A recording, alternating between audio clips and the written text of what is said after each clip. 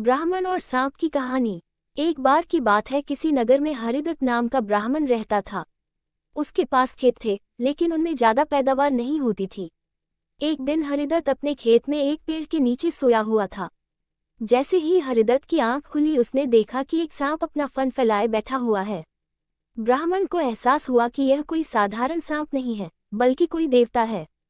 ब्राह्मण ने निर्णय लिया कि वह आज से इस देवता की पूजा करेगा। हरिदत्त उठा और कहीं से जाकर दूध ले आया। उसने मिट्टी के बर्तन में सांप को दूध पिलाया।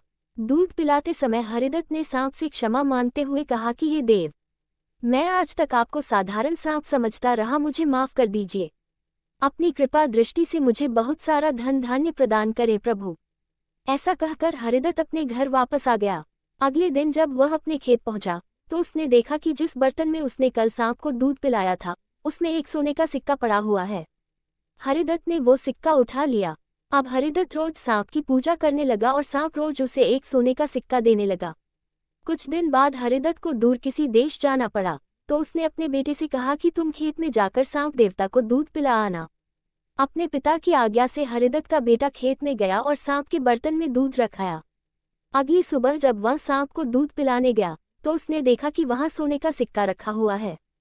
हरिदत्त के बेटे ने वो सोने का सिक्का उठा लिया और मन ही मन सोचने लगा कि जरूर इस सांप के बिल में सोने का भंडार है। उसने सांप के बिल को खोदने का फैसला किया, लेकिन उसे सांप का बहुत डर था।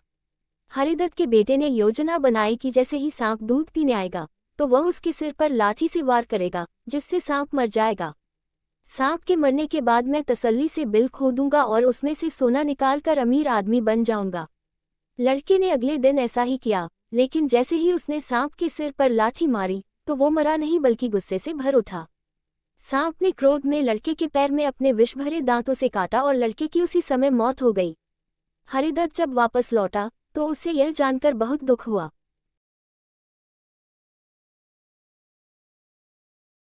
कहानी से सीख बच्चों, लालच का फल हमेशा बुरा होता है, इसीलिए कहते हैं कि कभी लालच नहीं करना चाहिए। हमारे पास जो भी है हमें उसी से संतोष करना चाहिए और हमेशा परिश्रम करते रहना चाहिए।